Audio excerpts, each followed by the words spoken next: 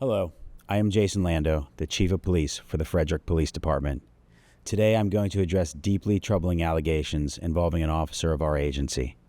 The charges brought forward represent the most severe betrayal of trust committed by a police officer. Earlier today, Corporal James Dodson stood before a Pennsylvania judge charged with 4 felonies, including solicitation of a minor, possession of child sex abuse materials, and criminal use of a communication device. Let me speak plainly. Any person who exploits a child commits an atrocity. When that person wears a police badge, the betrayal is tripled. Against the victim, against every resident who entrusts us to protect them, and against every member of the agency and our profession. The conduct alleged against Mr. Dodson is despicable, inexcusable, and fundamentally contradicts the oath of every police officer in our department.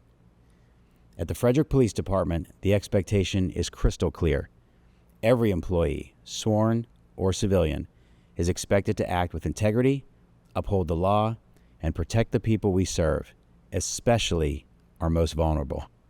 There is no gray area. There is no sliding scale. When someone violates that trust, whether through misconduct or criminal behavior, they are not shielded. They are removed. Our community deserves a department that earns their trust every single day, and that's the standard we hold ourselves to at the Frederick Police Department.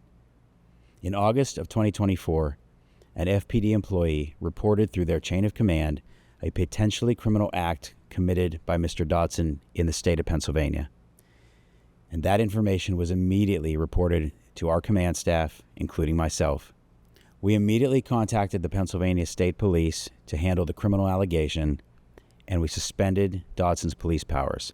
This included all access to FPD facilities, collecting his badge, his duty weapon, and his department-issued police vehicle.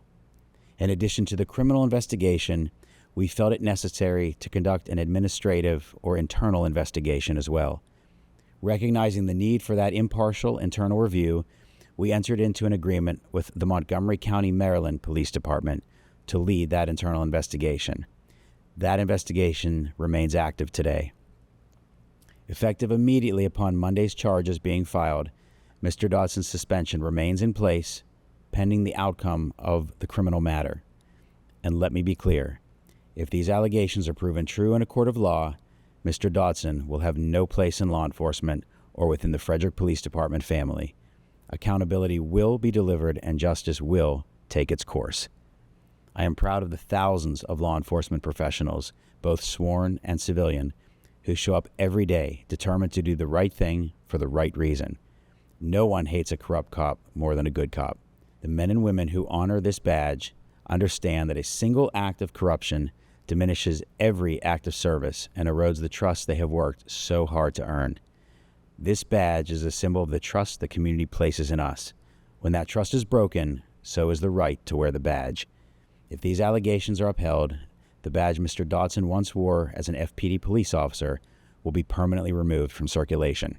It will never grace the uniform of a Frederick police officer again, it will not sit in a display case, and it will not be passed on. And it will never again represent this department or this city. Symbols matter. The badge reflects a promise we made to this community, a promise to serve with honor and integrity. Again, if true, Mr. Dodson shattered that promise. His betrayal will not quietly be set aside, and the symbol of his service has been stripped away, as it should be. This active criminal case remains with the Pennsylvania State Police and the Adams County District Attorney in Pennsylvania. To avoid jeopardizing prosecution, my remarks today must be limited. I will, however, hold a press availability later this week. That will take place on Thursday, July 3rd at 4 p.m.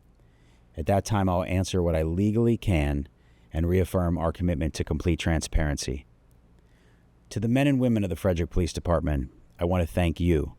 I know the vast majority of you serve with integrity, you uphold your oath every day, and earn the trust of this community every day.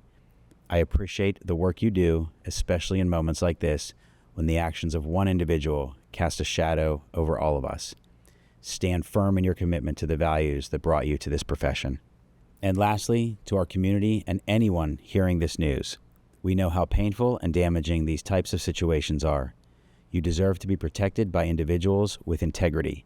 Officers with compassion and professionalism are the only types of people I will have in this agency. In the coming weeks, I will be meeting with community groups, advocacy organizations, and trusted partners across the city to personally reaffirm our commitment to service, accountability, and upholding the most fundamental value we can have: trust. We cannot allow the actions of one individual to define us, but we also cannot ignore the responsibility to rebuild what has been damaged. That work begins now.